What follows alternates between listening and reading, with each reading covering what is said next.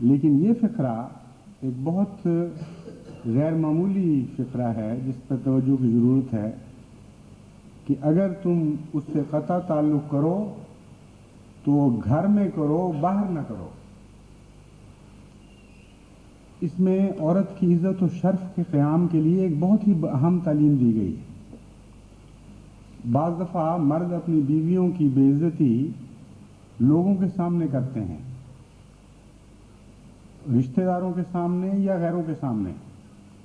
اور وہ سمجھتے ہیں کہ قرآن کریم نے ہمیں اجازت دی ہے کہ ان سے سختی کرو۔ قرآن کریم کو حضرت صلی اللہ علیہ وآلہ وسلم سے بہتر کون سمجھ سکتا تھا؟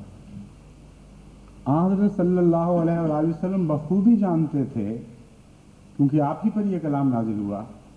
کہ بعض صورتوں میں قرآن کریم عورتوں سے عدم تعلقی کی بھی اجازت دیتا ہے، جیسے سوشل بائک آؤٹ ہوتا ہے،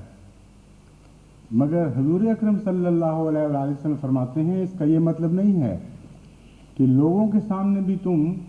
اس قطع تعلقی کو ظاہر کر دو۔ جب گھر میں کوئی آیا ہو یا کوئی غیر موجود ہو یا باہر نکل کر جب لوگوں کے گھر جاتے ہو، اس وقت لوگوں پر نہ یہ ظاہر ہونے دیا کرو کہ تمہارے اندر کوئی ناچاقی ہے اور تم اپنی بیویوں سے ناراض ہو۔ اور بہت سی معاشرتی خرابیاں